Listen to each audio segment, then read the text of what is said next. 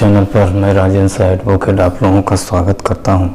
साथियों, आज का अहम सवाल, सहारा निवेशकों का भुगतान कब तक करेगी। साथियों, जिस रेशियो से प्रक्रिया आगे बढ़ रही है, जिस तरह से कार्रवाइयां आगे बढ़ रही हैं, उसके हिसाब से ऐसा प्रतीत होता है कि 10, 20, 30, 40 साल में भी सेबी भुगतान नहीं कर सकती।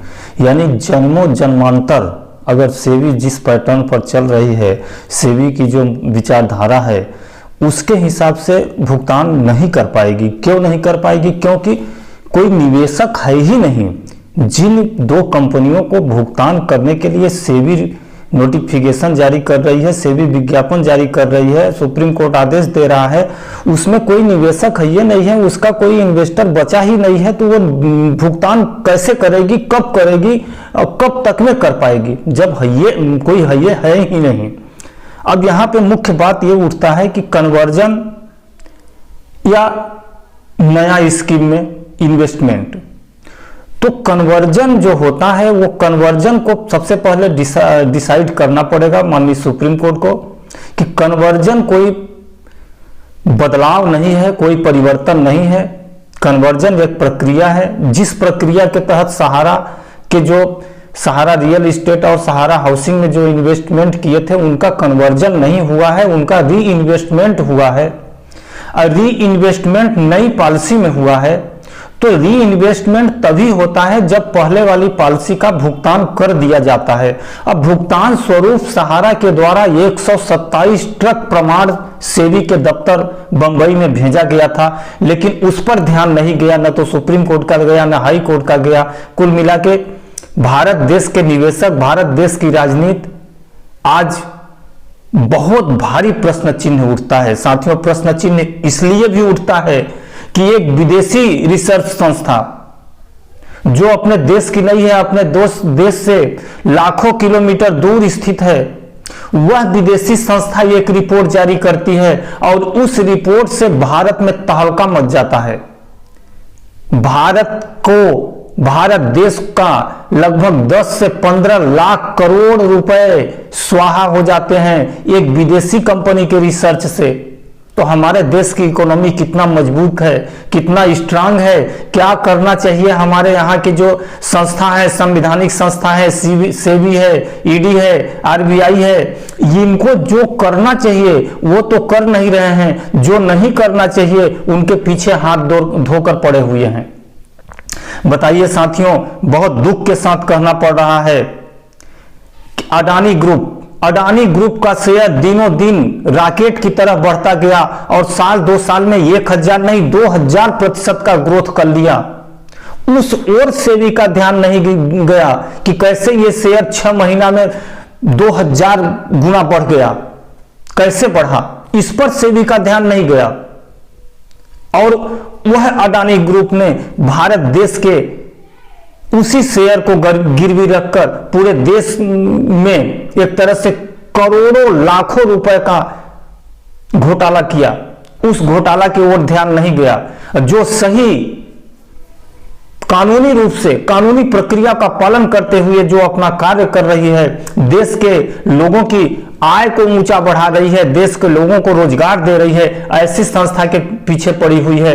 और ऐसी संस्था और हमारे न्यायपालिका को भी भ्रमित की हुई है कि नहीं, ये सहारा इंडिया बेकार है, फ्रॉड की है, ये की है, वो की है। साथियों, हिंडनबर्ग रिपोर्ट, जो हिंडनबर्ग एक अमेरिकी संस्था है, इसकी स्थापना बहुत पुराना नहीं है, ये 2017 में इसकी शुरुआत हुई थी और ये एक रिसर्च संस्था है और अपने रिसर्च से ही ये अपना मुनाफा भी अर्न करती है। इसका मुख्य कार्य है किसी भी कंपनी का रिसर्च करना, आखिर इनमें कहीं फ्रॉड तो नहीं हुआ है, और उस फ्रॉड के तहत अपना रिसर्च जो भी पाएगी उसको जारी करेगी। और उस जारी करने से पूरे देश में ही नहीं, पूरे विश्व में तहलका मच जाता है। आज गौतम अडानी, जो पूरे देश में, पूरे विश्व में तीसरे नंबर के सबसे बड़े अरबपति, बड़े रिच माने अमीर माने जाते थे, तीसरे नंबर के सबसे बड़े अमीर, इस रिपोर्ट के आने के बाद गौतम अडानी जी का स्थान 30वां नंबर पर चला गया है। आज उनकी संपत्ति अगर देखें तो लाखों करोड़ रुपए स्वाहा हो गया है, खत्म हो गया है। ये हम स्वाहा क्यों कर रहे हैं, ऐसा इसमें क्या फ्रॉड किया गया है, ये रिसर्च में स्पष्ट रूप से बताया गया है। हालांकि हम इस रिसर्च के बारे में आप लोगों को अपने नेक्स्ट वीडियो में बताएंगे कि इस रिसर्च में ऐसा क्या खुलासा किया गया है, गौतम अडानी जी के द्वारा या अडानी ग्रुप के द्वारा ऐसा क्या घोटाला किया गया है। इन घोटालों के बारे में मैं विस्तार में अगले वीडियो में चर्चा करूंगा।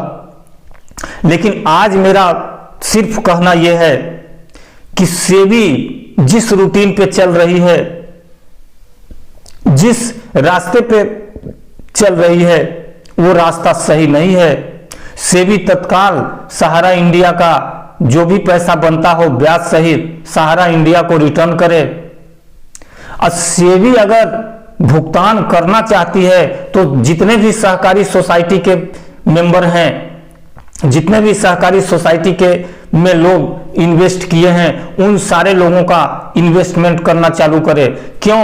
क्योंकि जो भी इन्वेस्टमेंट री इन्वेस्टमेंट के माध्यम से सहकारी सोसाइटी में पैसा आया है, वो पैसा उन्हीं दो कंपनियों का आया है और उन्हीं दो कंपनियों का पैसा पुनः सेबी को दे दिया गया है। सहारा के पास कोई नया इन्वेस्टमेंट नहीं आया है। इसलिए इस चीज को समझने का कोशिश करें। और आप लोगों से भी मेरा निवेदन है, कृपया आप लोग इस वीडियो को अधिक से अधिक शेयर करें, ताकि किसी न किसी माध्यम से कहीं ना कहीं ये सरकारी अमला यानी सरकार तक ये बात पहुंचे और सरकार जो कुंभकर्ण की नींद सो रही है उसके कान में भी कुछ आवाज पड़े और वो शायद सजग हो जाए और समय रहते कोई कदम उठाए, जिस कदम से देश के लाखों इन्वेस्टर जो आज दर दर की ठोकर खा रहे हैं, जो आज बिल्कुल परेशान हताश हो गए हैं, उनके जिंदगी में थोड़ा सा सुकून के दो पल आ सकें। साथियों, इन्हीं बातों के साथ मैं अपनी बातों को विराम देता हूं। कृपया वीडियो लाइक शेयर करें, चैनल पर नए हों तो सब्सक्राइब करें। साथियों नमस्कार।